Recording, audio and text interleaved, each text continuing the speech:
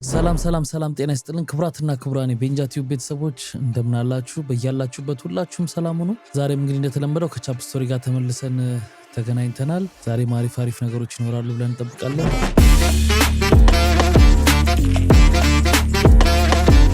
ሰላም ነው አለን እግዚአብሔር ይመስገን ሰላም ነው። እንዴት ነው? አሪፍ ማለት እኮ አሳዛኝ ዜናም ሊሆን ይችላል፣ ግን አሪፍ ትላለ በተለምዶ ያው ወጣ ያሉ ስለሆኑ የሚያስገርሙ ለማለት ነው። እንዴት ነው? ሰላም ነው አለን እግዚአብሔር ይመስገን ሰላም ነው አለ። ምን አዲስ ነገር አለ?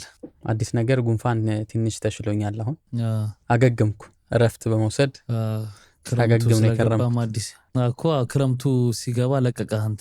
ገና አሁን ብዙ ሰው የሚያዝበት ሰዓት ነው። አዎ በጊዜ ነው በጊዜ ተገላግላል። ሰሞኑን አንድ ቪዲዮ አይተሃል? የፕራንክ ተብሎ የባልና ሚስት ፕራንክ ቪዲዮ አይተሃል? የተቆረጠች ሙሉን አላየሁትም። የተቆረጠችዋን አጭር ነች። በቃ ተቆርጣ ሳይሆን በቃ እሷ ሆነች። ታሳዝናለች ልጅቷ በጣም ትክክለኛ ይመስላል ወይስ ተቀርጾ ይመስላል? ተስማምቶ ሰርቷት ይመስላል? እኔ እንጃ አይመስለኝ። የፊቷ ሪያክሽን የእውነት የተሰማት ነው ይመስለኝ። እኔም እንደዛ ነው የተሰማኝ። ግን አንድ በጣም መነጋገር ይሆናል። በጣም በቃ ከሚጠበቀው በላይ ቫይራል ሆኖ ብዙ ትልልቅ ፔጆችም ምኖችም በጣም መነጋገሪያ ሆኖ ነበርና ያው ይቅርታ ምናምን ጠይቋታል ሀብል ገዝቶ ምናምን። በእርግጥ ግን የእሷ ሪያክሽን የእምባ እንዴት ሲያንቃት ምናምን የምታየው ፓርት ምናምን በጣም ሪል ነው አይደል? ያስታውቃል፣ ያሳምናል። ጥያቄ ልጠይቅልህ አንተ ካሜራው የት ጋር ነበር? ስልኩ የት ጋር እንደነበረማ አላውቅም። ያው እንደ አንግሉን አይተህ ተከፍስ ወይ እሷ ፊት ለፊት ነው የምትለው ወይ እንዴት ነው የነበረበትንማ ያስታውቃል። አዎ ፊት ለፊቷማ ነው ማለት ፊት ለፊቱ የተቀረጸበት አንግል እንደዚህ እንዴት ነው ከሱ ፖይንት ኦፍ ቪው ነገር ነው ይመስለኛል። አዎ ተነስቶ ራሱ ሄዶ እኮ የሆነ ሰዓት እንዴ አታልቅሽናም ብሎ ሄዶ ያቅፋታል። እና ምልል ነው ብዙ ሰው ይሄን ኖቲስ ያደርገው አላየውም። እጁ ላይ ነው ሳታቅ እንደዚህ ዞት ነው የቀረጸችው እንዳትል ምንም ሼክ የለውም። ስታንድ ላይ ነው ያለው ካሜራ፣ ምንም አይነት ሼክ የለውም። ስለዚህ አንድ ሰው ቁጭ ብሎ የልጇን ዳይፐር እየቀየረች ካሜራው ተቀምጦ እንደዚህ ቀጥ ብሎ ነው የተቀመጠው። ገብቷል? እሱ ሁሉ ተነስቶ ሲሄድ ምንም አይነቃነቅም ካሜራው። አዎ እንዴት ሁኔታዋ ሪል ይመስላል፣ ግን እንዴት ሊሆን ይችላል? ይሄን ታስረዳኝ ትችላለህ? እኔ እንግዲህ ምናልባት ሁልጊዜ እንደዛ ስለሚሰሩ ያው ሁልጊዜ ስታንድ ላይ ብዙ ጊዜ ስልካቸውን ያስቀምጡ ይሆን ሪከርድ እያደረገ ነው አይደለም የሚለውን አላውቅም። እኔ እንጃ ብቻ ግን ስታያት ልጅቷ ሪያክሽኗ የእውነት ይመስላል። እኔ እንጃ የእውነት ይመስላል። እንዲህ በጣም ፊልም በጣም የእውነት ነውና አንዳንዴ ፕራንክ የምትሰራበትንም ማወቅ አለብህ። የሆነ መስመር ገደብ ሊኖረው ይገባል ይመስለኛል። ተነጋግረህም ቢሆን የሌሎችን ስሜት የሚጎዳን ነገር መጠቀም አግባብ አይደለም። አሁን ለምሳሌ ተነጋግረውም እንኳን ቢሆን በእንደዚህ አይነት መልኩ ሌሎች መረበሽ የለበትም። ፕራንኩ መለቀቅ ቢያንስ እዛው ጋር ተቀርጾ እዛው ጋር ማለቅ ነበረበት፣ መውጣት አልነበረበትም ኢንተርኔት ላይ። አሁን ዲል ፌክ ከሆነ እንኳን ይሄን አትልቀቅ እንዴት አትለውም? ብዙ ጥያቄ ማንሳት ይቻላል። ገብተዋል? እና ደግሞ ምንድነው ሌላው በጣም የስክራሚ ባህሪያችንን ልንገርህ። ከዛ ይህን ከለቀቁ በኋላ ሰው ተናዶ ነው አይደል ኮምፕሌን እያደረገ ያለው ምናምን ኃይለኛ ሆኗል። ቪው ሆኖ ፎሎወር ግን መዓት ነው የጨመረው። እየተወገዘ ነው ያለው። አት ዘ ሴም ታይም ደግሞ ፎሎወሮቻቸው በጣም እየጨመቱ በጣም እናመሰግናለን እስቲ መጨረሻው ጉዱን ሊዮ ያሳዝናል። እና እንዲህ አይነት ነገሮች ሲበረታቱ ስታይ ይገርማልና አክቲንግ ከሆነ ግን እስቲ እንዲህ አይነት አክቲንግ ከሆነ ግን በጣም ጎበዝ ናት። በጣም የሚያሳምነው ያሳምን ነበር። አክቲንግ ከሆነ ቀጥታ ፊልም ሰሪ ነው መሆን ያለባት። በዚህ ጉዳዮች እኮ ሌሎች ሰዎች ብዙ ሰዎች አልቅሰዋል። ይሄን አይተው ያለቀሱ አሉ። እኔ ራሱ በጣም ሆዴ ርብሽ ነው ያደርገኝ። እንትኑ በጣም ስለማጠባ እኮ ነው ምናምን ስትል በቃ ገብቷል። የሆነ ደስ አይልም። ግን እሺ ብቻ ብዙ ልልበት የእሱ እንትኑ ያሳምናል። ግን እውነት ትክክል ሳታቅ ነው ለሚለው ግን በጣም ብዙ ጥያቄ ማንሳት ይቻላል። በተለይ ሁልጊዜ እንደዚህ አይነት ቪዲዮ የሚሰሩ ከሆነ ደግሞ መቶ የሆነ ሀሳብ ሲነግራት ካሜራው የት ጋር ነው ያለው ምናምን ብለህ ነው የምታየው። በቃ እኮ የሚሰሩ ከሆነ ገባ በዛ ላይ ፊት ለፊት ነው ያለው። ያለችበት ቦታ ደግሞ የሳሎኑ ሶፋ ላይ ነው እና ቦታ የኛን ቤት የአበሻን ቤት አቀማመጥ ታውቀዋለህ በደምብ። መሀል ጠረጴዛና ሶፋ። ስለዚህ ጠረጴዛው ከመሀሉ ጠረጴዛ ጀርባ ቆሟል። በቃ በስታንድ ካሜራ ማለት ገጭ ብሏል። ኤኒዌይ ስላስገረመኝ እንደው እንዴት አየኸው? አይተኸው ከነበረ ብዬ ነው።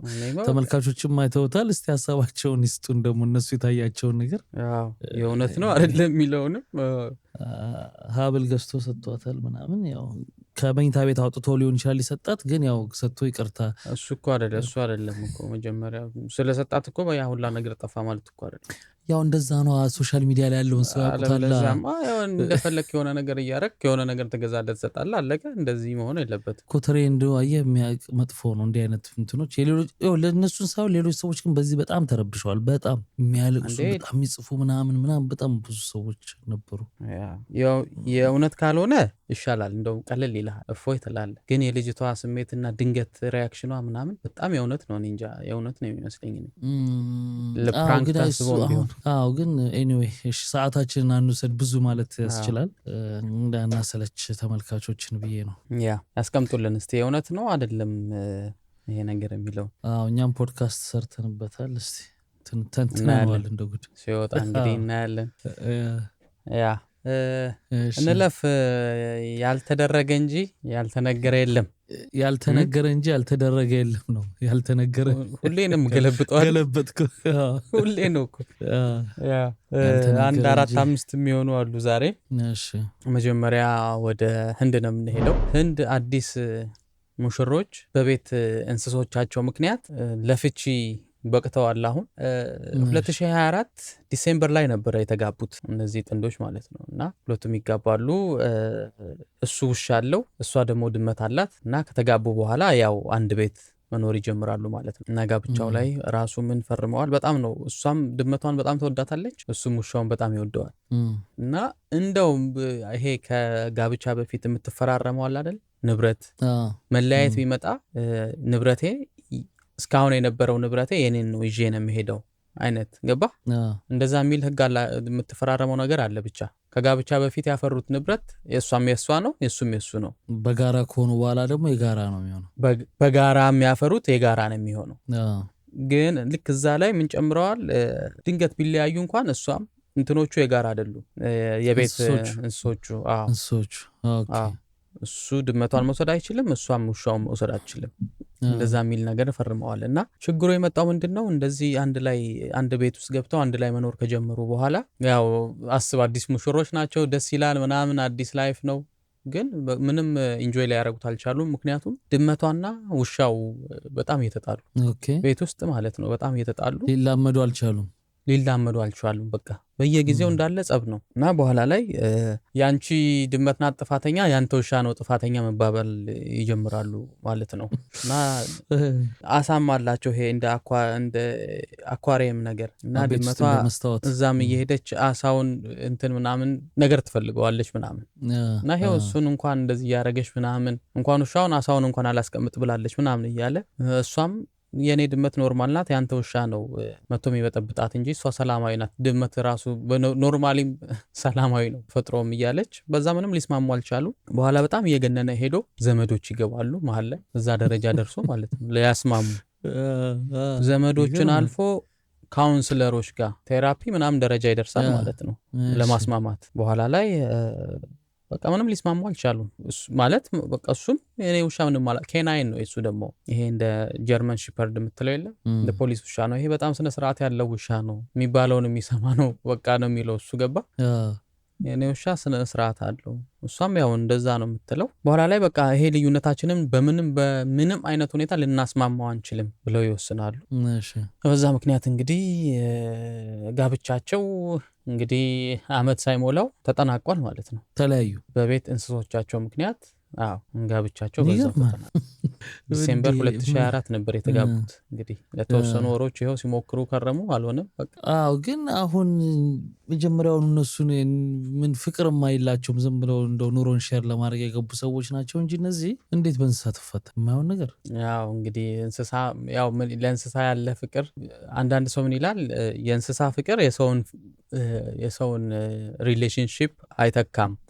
እንስሶቹ ሊወዱ ይችላሉ፣ ግን እነሱ መካከል ያለውን ግንኙነት አይተካም።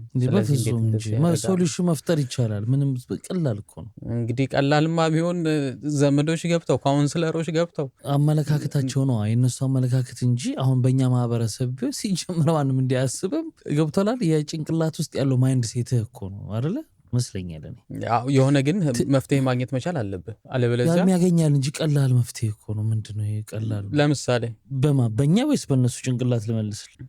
አይ በእኛ እንግዲህ እነሱንማ ጭንቅላት ምን እናውቀዋለን። በእኛማ በቃ ሲፈልግ ውሻው ወይ ድመቱ ምናምን አንደኛው ከቤት ይወጣል ወይንም ግቢ ካለ ደግሞ እንዳይገናኙ ታደርጋለህ። ግቢ ካለህ እንዳይገናኙ አስረህ ማለት ነው። ውሻው ልታስረው ነው። እኛ ጋር ይታሰራል ውሻ፣ ምን ችግር አለ?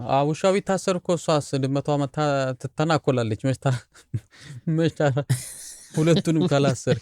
ሁለቱንም ካላሰርክ ለነገሩ ግን ሌላ የፈለኩት በቃ ይቀራላ ድመት ወይ ምናምን ለሰው ይሰጣል ይቀራላ። ሲጀምር እንዲስማሙ ታደርጋ። ካልተስማሙ አልተስማሙ ነው፣ ምንም ችግር የለም። በቃ ይጣሉ ምን ይበሉ በቃ። እናንተ ግን እኔና ሚስቴ ግን ለምን እንጣላለን? እነሱ ስለተጣሉ።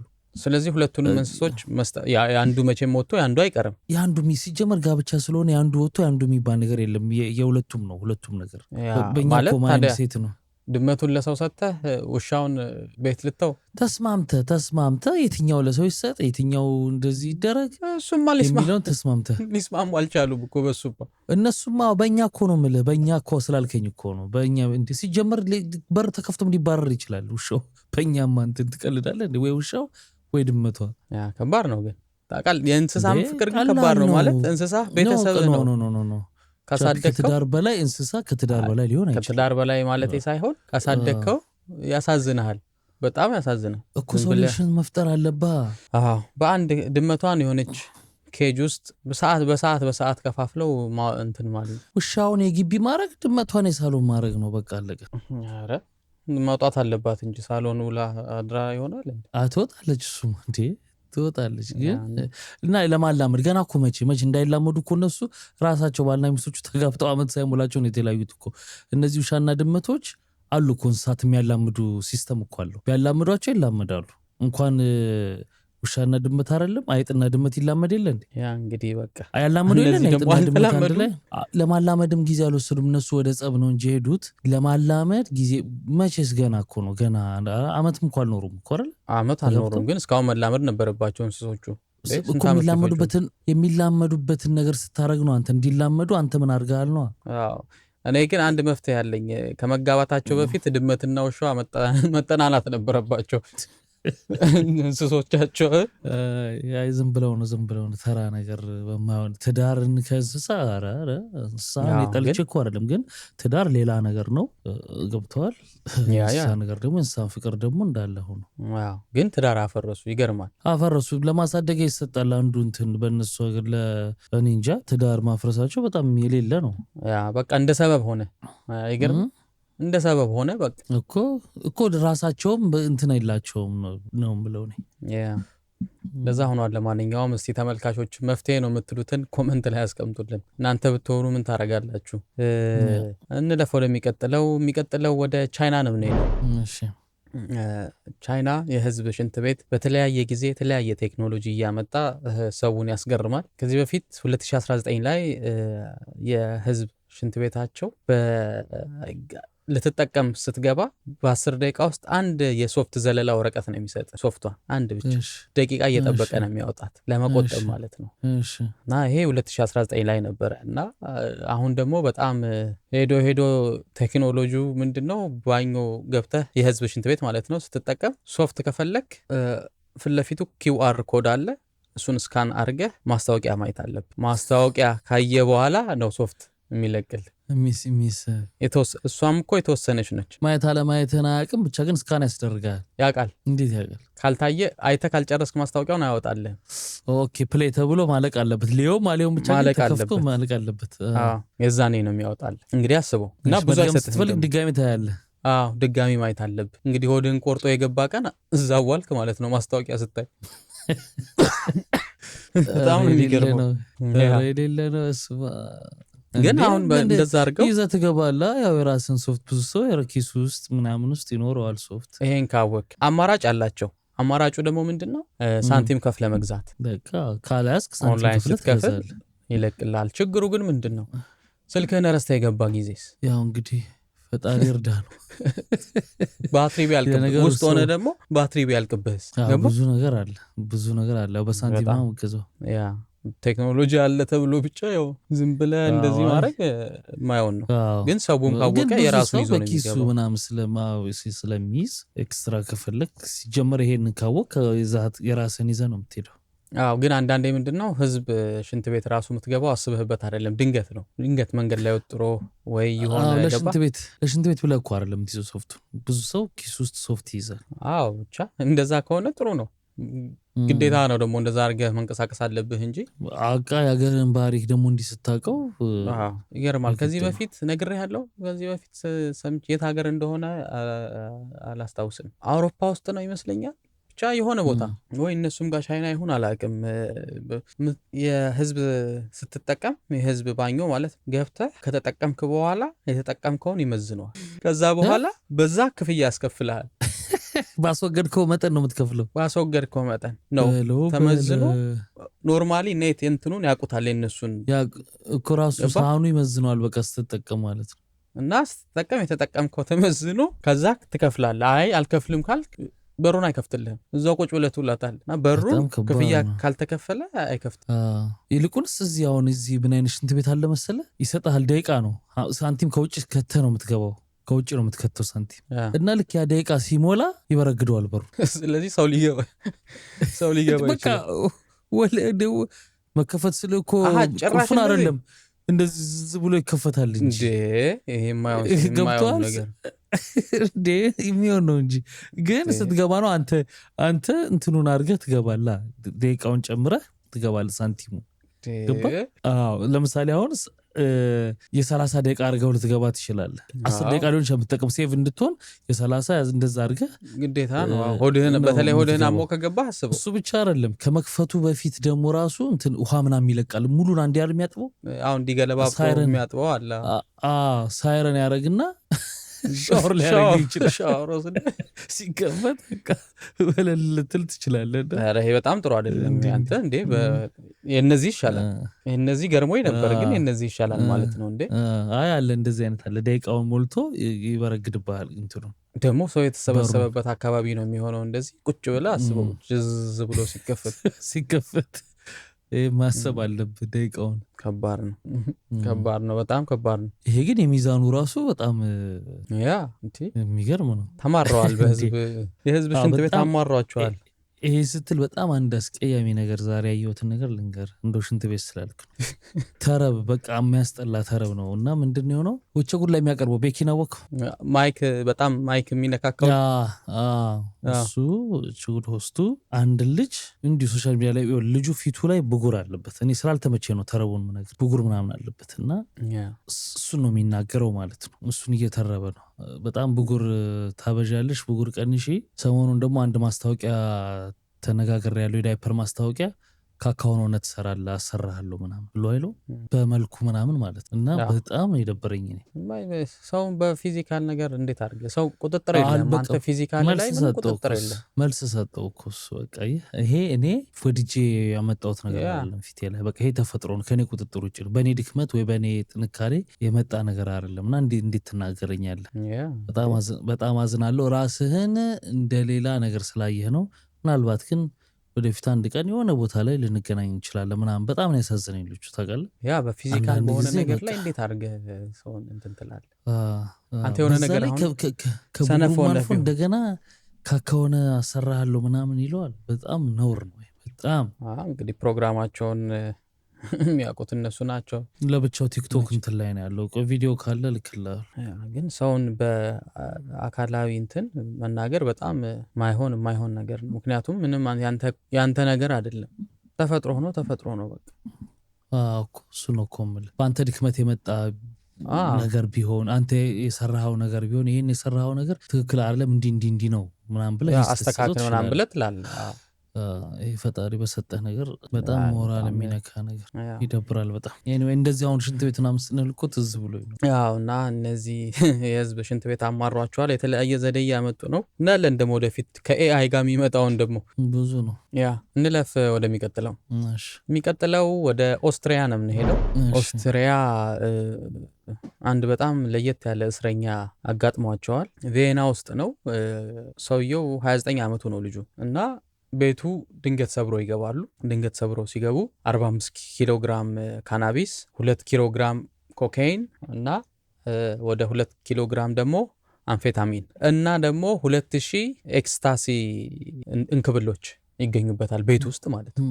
አንድ ቤት ውስጥ ነው ይሁን እንደ ታብሌት አለች ይጧት ድረግ ነች። እና እነዚህ ሁሉ ላይ ይገኙበታል ማለት ነው። እንግዲህ አስበዋል ብዛቱ በቃ ፋብሪካ ካናቢሱ ብቻ 45 ኪሎ ነው። የስንት ዓመት ልጅ ነው? 29 ዓመት። እሺ በኋላ ይያዝና ያው እስር ቤት ይገባል ማለት ነው። እስር ቤት ይገባና ችግሩ ምንድነው? እሱ ራሱ ልጁ የሚመዝነው 289 ኪሎ ነው። ኦልሞስት 300 ኪሎ በለው። በጣም ሂውጅ ነው። በጣም በቃ ትልቅ እንትን ኦቨር በቃ ይሄ ተረፈረፈ ወፍራም የለም እንደዛ ነው። እና ሆስፒታል እስር ቤት የገባበት የመጀመሪያው እስር ቤት እንደውም አልጋውን ሁላ ሰበረው። ኦኬ ምክንያቱም በቃ መያዝ አልቻለም፣ አልጋው ተሰበረ። ሻጭ ነው ተጠቃሚ ነው? ሻጭ ነው። ዋናው ሻጭ እሱ ነበር። ኦኬ እና አልጋው ሲሰበር ይመካከራሉ እዛ እንትኖቹ ማለት ነው ፖሊሶቹ። ምንድነው የምናደርገው ምን እናድርገው? በጣም እዛ ራሱ ድረስ ለማጓጓዝ ያው ስፔሻል እንትን ይጠይቃል። ከዛ በኋላ አይ በቃ እዚህ አይሆንም፣ ስለዚህ ከዚህ 15 ኪሎ ሜትር ርቆ ወዳለ ሌላ እስር ቤት እንወስደው ይባላል። ወደዛ ይወስዱታል። ከዛ በኋላ በተዛዝ አልጋው እንደገና ሌላ አይነት አልጋ ይበየዳል ምናምን እሱን የሚችል ተበይዶ ምናምን ይደረግለታል ማለት ነው። ትልቅ አልጋ እሱ እንዲችል ሆኖ ክፍሉም ለሱ እንደሚሆነው ነው ማለት ነው። እና ነርሶች በተለያየ ሰዓት እየመጡ ቼክ ያደርጉታል። በቃ ሆስፒታል ያለ ነው የሚመስል። አሁን ሌላ ጊዜ እስረኛ ቢሆን ያው ሲያመው ሄዶ ቼክን መደረግ ካለበት በስንት ጊዜ አንዴ ነው። እሱ አሁን በየቀኑ በተለያየ ሰዓት እየመጡ ቼክ ያደርጉታል። እና ሆስፒታል ውስጥ እስር ቤት አይደለም ሆስፒታል ውስጥ ያለ ነው የሚመስለው። ይሄ ሁላ ታዲያ ችግሩ ምንድነው? ክፍያው በማን ነው? በሰዎቹ ቀረጥ በሚከፍሉት ሰዎች ነው። በቀን ለሱ የሚወጣው ገንዘብ ወደ 1800 ዩሮ ነው በአንድ ቀን። ለምን ክትትሉ ምናምን ለኖርማል ሰው 180 ዩሮ ነው የሚወጣው ለኖርማል ሰው። ኪሳራ እኮ ነው፣ ኪሳራ ነው ማሰር። ግን 180 ብለህ ስታስበው ለምግቡና ለእንትኑ ምናምን ብለህ ብቻ አይደለም። እዛ የሚኖርበት አለ፣ የሚጠብቁ ፖሊሶች አሉ ወጪው በጠቅላላ ሲካፈል ይደርስበታል። ተካፍሎ ለአንድ ሰው 180 ዩሮ ነው ለአንድ ኖርማል ሰው። ውድ ነው እስር ውድ እኮ ነው። አይገርም? ይሄኛው ግን 1800 ዩሮ ያህል እንትን ይላቸዋል። በዛ ላይ ችግሩ ምንድነው? ማጓጓዣ የፍርድ ቤት ቀጠሮ ሲኖረው ለአንድ ማጓጓዣ 5000 ዩሮ ነው የሚጠይቀው። በጣም የተለየ እንትን መጥቶ ሴፍቲ መሆን አለበት። ዝም ብለህ ፒክአፕ ከጀርባ ላይ እንትን አታረገውም። የሚገርም ነው። እንደዛ ስለሆነ እንደውም አብዛኛው ይሄ ምርመራዎቹ ምናምን የተደረጉት በቪዲዮ ነው። እና አልፎ ደግሞ እነሱ እዚህ እየመጡ እና አብዛኛው በቪዲዮ ነው የተደረገው። ከዚህ በፊት እንዲህ አይነት ታሪክ እስር ቤት ይታሰር ወይስ ይውጣ ብለን እዚህ የተለቀቀም ሰምተናል እንደዚህ ስላልቻሉ። እና በቃ ያው ሌሎቹ ኖርማል ሰዎች ይናደዳሉ። መታሰር አለበትም ግዴታ ነው። ግን ደግሞ በጣም ብዙ ወጪ እየወጣ ነው ለሱ። ቤቱ ሆኖ የቁም እስረኛ ቢያር ይሄ እኮ ታስሯል ራሱ እንደፈለገ ስለማይንቀሳቀስ ቤቱን ብታረገው የት ይንቀሳቀስ? የትም አይንቀሳቀስ። ያው የፈለገውን ይበላል፣ ሌላ መጣም ይበላል። ከዛ የሚያጨስም ከሆነ ያጨሳል። እሱን ኮንፈርት እንዳያገኝ ካልሆነ በስተቀር ቤቱን ቢያረጉት የት ይንቀሳቀሳል? አይ ሊንቀሳቀስ ይችላል። ኮንፈርትማ አለው ቤቱም። ምክንያቱም በጣም የተገኘበት እኮ ቀላል ድረጎች አይደሉም። ሀብታም ነው ይሆናል። ዋና አከፋፋይ ነው። እና ብቻ እንደዛ ሆኗል ገብቷል። እና ግን እስካሁን ይለቀቃል አይለቀቅም የሚለው አልተቀመጠም። ከእንትኑ ከወጪው አንጻር ማለት ነው። እሱን ከማሰር መልቀቁ ነው ግን የሚያዋጣቸው። ቢለቁት እንዳይለቁት ደግሞ የተያዘበት የድረግ መጠን በጣም ከባድ ነው። በጣም ብዙ ገባኝ እኮ ግን ወጪውስ የድራጉን ሊችል እኮ ነው እነሱ የሚያወጡት ወጪ። እና እንደዛ ሆኗል። ይገርማል። እኛ ሀገር እንደዚህ በጣም እንግዲህ 289 ኪሎ የሚመዝን እስረኛ ቢኖር እኛ ጋር እንደዚህ ኦቨርዌት እኮ ብዙ የለንም። አይገርም? በተፈጥሮ እነሱ ጋር አለ። በጣም በእንትን ሁሉ የሚንቀሳቀሳቸው በአውሮፕላን ለመሄድ ራሱ በጣም ብዙ ክሩ መጥቶ ይሄ በክሬን ምናምን ላቸው ላይ ታስሮ ምናምን ነው እንደዚህ አይነት ሰዎች ታንቀሳቀሳቸው። እንግዲህ የምቾት ይሁን የበሽታ እንግዲህ ደግሞ አይታወቅም። ወይ የድረግም ነገር ሊሆን ይችላል እንደዚህ ያደረገው። እሱ የምንም ይሁን ግን ለእስር ቤቱ ዳ ነው። ቢለቁት ነው የሚሻለው። ግን ደግሞ ከለቀቁት ደግሞ ይሄንን ዲስትሪቢዩት እንትን ማከፋፈሉ ምናምን ደግሞ ሊቀጥል ይችላል። እንጃ እንግዲህ አዲስ አፕዴት ሲወጣ እናመጣዋለን።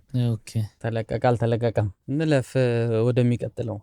የሚቀጥለው ወደ ጃፓን ነው የምንሄደው። ጃፓን አብዝተናል ሰሞኑን አይደል? ባለፈውም ጃፓን ስንሄድ ነበር። ጃፓን ምርጥ ሀገር ነው እኮ ጃፓን። በጣም ማየት የምፈልገው ሀገር ነው። ባህላቸው ደስ ይላል አይደል? በጣም ብዙ ነገር ጠረጴዛቸው ሻይ የሚጠጡበት ምናምን ደስ ይለኛል። ዝቅ ብለህ የምትቀመጥበት ሪስፔክታቸው ምናምን በጣም። ድሮም ደግሞ ፊልም ነበረ በጃፓን ነው አይደለ? ኢቲቪ ላይ ምናምን ኦሽን ነው ነበሩ የጃፓን ፊልሞች ነበሩ። እና በጣም ምርጥ ሀገር ነው ጃፓን። አንድ አስገራሚ ዌብሳይት የሆነ ለየት ያሉ ነገሮችን የሚሸጥ ዌብሳይት አለ እና የሆነ ወቅት ላይ ሰዎች እዛ ላይ ምን ያሉ የአልትራሳውንድ ኢሜጆች የአልትራሳውንድ ኢሜጅ ሆኖ ይሸጣሉ። አንተ የሆነ አልትራሳውንድ እርጉዝ የሆነች ሴት ራሱ ዋናውን ወረቀት ማለት ነው መግዛት ከፈለክ እዛ ዌብሳይት ላይ ሄደህ ማዘዝ ትችላለህ። እሺ የሌላ ሰው ማለት ነው የሌላ ሰው እና ሰዎች ይሄን ለምን መጠቀም ይጀምራሉ? ለፕራንክ አርግዣለሁ የሚል ፕራንክ ይሄው ዛሬ አልትራሳውንድ ተነስቼ መጥቼ ከዛም ባለፈ ደግሞ ለማጭበርበር አብሮ የነበረው ጓደኛቸው በቃ አይ እንለያይ ምናምን ሲሉ እንዴ አርግዣለሁ ወዴት ነው የምትለያየው?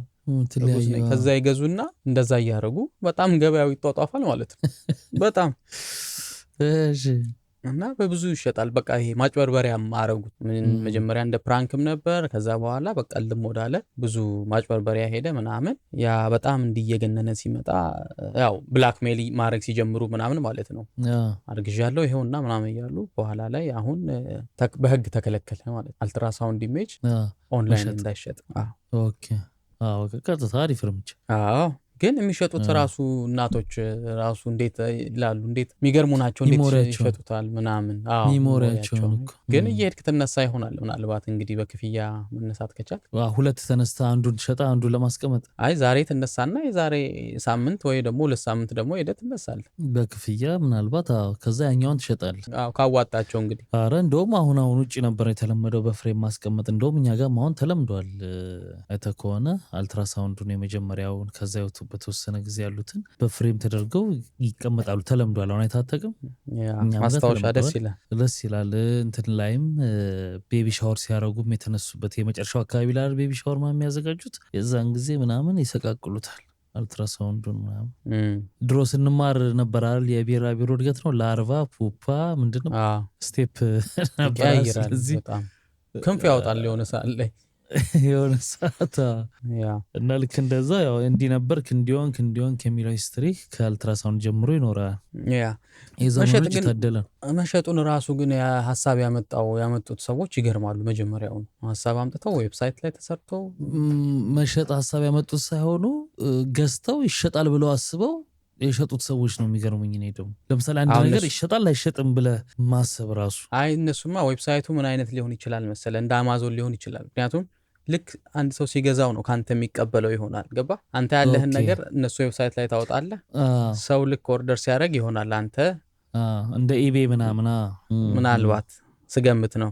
እሺ ዌብሳይቱ ላይ ማን ሰርች ሲያደርገው ሰው ምናምን አስበዋል ወይ ፎን ፔጅ በጣም ነው የሚገርመው ላይ ከሌለ ይገርማል። ብቻ ነው ደግሞ አልትራሳውንድ አሁን አርግዣለሁ ብለህ ለባል ለማሳየት ወይ ምናምን ያው ሴቷ ነች ለባልየው የምታሳየው አይደለ? ስለዚህ ዝም ብሎ የሆነ የተጨከጨከ ነገር ግን እንትን ፕሪንት የሚደረገውን ጎግል ላይ ይጠፋል።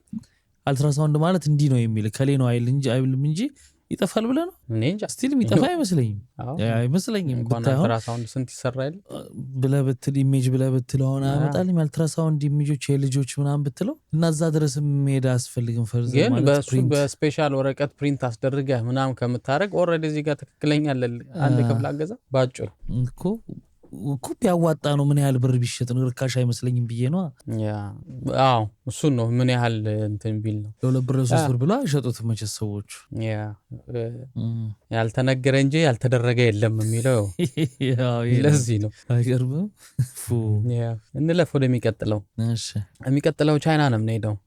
ቻይና አንድ ሰውዬ ጥርሱን ይታመማል። በተደጋጋሚ ያመዋል ጥርሱን እና ያው እንደምታውቀው ደግሞ የጥርስ ሕክምና ውድ ነው። ቻይናም ውስጥ ውድ ነው እና ምን ላርግ ብሎ ሲያስብ አንድ እንዲሁ ዌብሳይታቸው ላይ የሆነ በርካሽ ራስህ የምታረገው ፊክስ የምታረግበት ምናምን ብሎ ማስታወቂያ አውጥተው የሆነ ነገር የሚለጣጠፍ ነው ጥርስ ላይ ሲያየው 5 የን ነው። ርካሽ ነው። እጄዛ ለምን እንትን አረጋለሁ ራሴ አላረግም እንዴ ብሎ ይገዛና ራሱ ማድረግ ይጀምራል ማለት ነው። ጥርሶቹ ላይ መለጠፍ ምናምን በኋላ ከጊዜ በኋላ እያሳመመው ያው ይደርቃል። አንዴ ከተለጠፈ በኋላ ደግሞ ልክ እንደ ጥርስ ነው ገባ የሚሆነው። ይደርቅና በጣም እንትን ነው የሚሆነው፣ ጠንካራ ነው የሚሆነው። ይደርቅና ያሳመመው ይጀምራል ማለት ነውና ከለሩ ራሱ ወደ ቡኒነት ይቀየራል ማለት ነው። እና በቃ ሁሉ ጥርሱ እንዳለ የባሰ እየታመመ ይመጣል ማለት ነው። ይሄዳል የጥርስ ክሊኒክ አይ እኛ ይሄንን አነካም ብለው ይመልሱት። ሌላውም ጋር ይሄዳል እንደዚሁ ይመልሱታል። እና ምክንያቱም በጣም ሪስኪ ነው። እሱን እንፈነቅላለን ስንል ጥርስ እንዳለ ነው የሚያልፈው። እና ብዙ ክሊኒክ እንደዛ ሄዶ ተመልሷል። ምክንያቱም በጣም ሪስኪ ነው። ይሄንን ተቀብለን አናክምም። መጀመሪያውኑ ለምን እንደዚህ ያረክ የማይሆን ነገር ነው ያደረገው ገባ ብለው በጣም ብዙ እንትን ሆኗል። በጣም ያሳዝናል ሰውየው። ምን ያሳዝናል። እንዲህ አይነት ነገር ወስደ ላይ ወደ ሰውነት ወደ ሆድ የሚገባ ላይ የሚሆን ያልተረጋገጠ ኬሚካል አፕላይ የሚያደርግ ሰው ላይ ዋጋው ነው። ያ እነሱም ያሉት ይሄን ነው። መጀመሪያውኑ እንደዚህ አይነት ሴንሲቲቭ የሆነ ነገር ገና ለገና ርካሽ ነው ተብሎ እንዴት እንደዚህ ያረጋል? አሁን በዛ ምክንያት ጤነኛ የነበሩትም ሌሎቹ ጥርሶቹ ምን ሁላ በቃ አሁን ማበለሻሽ ሲወልቅ ሲፈነቀል እንዳለ መንጋ እንትኑ ብቻ ነው የሚቀረው። ድዱ ብቻ ነው የሚቀረው እኮ ነቅለው እንደ አዲስ ያው በብረት አስረው ምናምን አዲስ ጥርስ ይሰሩለት ካልሆነ በስተቀር ያ እሱ ነው። ፒክቸሩ አለ እንዴ? ፒክቸሩ አለ። ይሁን በጣም ግራ ነው የሚያጋባው ስታየው ራሱ። እና አንዳንዴ ራስህ ገዝተህ ራስህ ማድረግ ትችላለህ የሚባል ነገር እነሱ ዌብሳይት ቻይኖቹ ዌብሳይት ላይ ምናምን ራሱ እኔ ራሱ አይቻለሁ ጥርስ ነጭ ማድረጊያ የሚሸጥ ብለው እኮ ማድረግ የለብህም እነሱ ይበሉ እነሱ ይሽጡ እነሱ ያው ዱቄት ነው የሚያደርግልህ ወይ መስታወቱን ይነካባህ ላይ ጥርስህን ገባ ነው ሰውዬው እኮ እሱን ነው የምልህ እኮ እነሱ ይበሉ የፈለገ ነገር በተለይ ወደ ሆድህ የሚገባ ነገር እንደዚህ ሰውነት ላይ ቆዳ ላይ የሚደረጉ ነገሮችን እርግጠኛ ያልሆንከውን ነገር ገና ለገና ይቀንሳል ብለህ አምጥተህ ላይ ማድረግ በገዛ እጅ ራስና ይበልህ ነው እኔ የምለው ገባ። ግን ትክክለኛ ምርት ሆኖ ደግሞ ሲሆን አዎ ካምፓኒውን እንጠይቃለን። ለምሳሌ የፊት ክሬም ነው ተብሎ የታወቀ ስም ያለው ክሬም ሆኖ ገዝተህ ተቀብተህ ቢሆን ነገር ቢያደርግ አዎ ይሄ እሺ ገብቶሃል ልልህ የፈለግኩት የሚታወቅ ስለሆነ ብዙ ማህበረሰብ የሚጠቀመው ስለሆነ ልጠይቅ ምናምን ትችላለህ። ወጣ ያለ ነገር በአቋራጭ የሆነ ነገር ያደርግልኛል ብለህ አምጥተህ እኛ ጋም ስለማይኮ ነው እንደዚህ ቦርጭ ማጥፊያ ምናምን ይባልና የሆነ ነገር ይሄን አድርጉ ምናምን ቴሌግራም ገበያ ላይ እንደዚህ ነገሮች አሉ ገባ እየወሰደ ሰው ይጠጣላል። ምኑ እንደሚያፈርስለት ውስጡ ወደፊት ነው የሚታየው ገብቷል። የዚህ ሰውዬ የሚያሳዝንህ በአንድ መልኩ ምንድነው ከወጪው አንጻር ነው ገባ። ገንዘቡ ቢኖረው ሄዶ ያስደርግ ነበረ በቃ አይለማ ያም ነው። ህመም ደግሞ ጥርስ እያመመ ታዲያ ትንሽም ደግሞ ከባድ ነው። ብቻ እሱም አስቦት እንደዚህ አልሆነም ገባ። ውበት መሰለኝ ህመም ነው። አይ ውበት ታዲያ እና ህመምም ቢሆን ለመብላትም ገባ ለጥፎ ምናምን ነው መሆን ያለበት። አያስበላው ቻይናዎች ኸርባል ህክምና በጣም አላቸው ሊያውም ገብቷል። የባህሉና ምናምን አድርጎ እኛም እንኳን እነሱ እኛም አረቄ የሚዘህበት ምናምን አደንዘ ምናምን እኛ ጋር እንደዛ ይደረጋል ነበር። ጨውም ይያዛል አይደል? ጨው ይያዝበታል ምናምን እና እንደዛ ሆኗል። ይሄን ይመስላሉ ለዛሬ ይዣቸው የነበሩት። አይ አሪፍ ነበሩ። በሚገርም ሁኔታ ብዙ ጊዜ ያጠፋ ነው የሽንት ቤቱ ታሪክ ላይ ነው። ጠለቅ ያለ እውቀት ነው ያለን ሽንት ቤቱ ላይ። ሽንት ቤቱማ የሚገርም እኮ ነው። አሁን ሌላ ተያያዥም ነገር መጣ ገብቷል። ስለዚህ የሽንት ቤቱ ገራሚ ነው። በተለይ በኪሎ የሚመስነው ደግሞ የባሰበት ነው። ኧረ እናንተ ነው እንጂ በር የሚከፍተው ነው እንጂ የሚከፍተው ደግሞ እሱ ትገምታለህ። ግን ደቂቃን አይተህ መነሳት ነው። አትሊስት ምርጫው አለ እኮ። አሁን የምንቀጥለው አልወጣልንም ተነጋግረን። ኤኒዌይ አሪፍ ነበሩ። ክቡራትና ክቡራን እናንተስ ምን ትላላችሁ? እስካሁን ባየናቸው ዜናዎች ላይ ሀሳብ አስተያየታችሁን ኮመንት ሴክሽን ላይ በሚገባ አስቀምጡልን። በተለይ የድመቷና የውሻዋን ዳኙልን። ልክ ነው ወይ ልክ አይደለም የሚለውን ምንስ መደረግ አለበት የሚለውን ሀሳብ አስተያየታችሁን ኮመንት ሴክሽን ላይ አስቀምጡልን። እንሰናበት። አብራችሁን ስለነበራችሁ እናመሰግናለን። ቪዲዮውን ከወደዳችሁት ላይክ፣ ከደበራችሁ ደግሞ ይስተካከል የምትሉትን ኮመንት ላይ አስቀምጡልን። መልካም ጊዜ። ባይ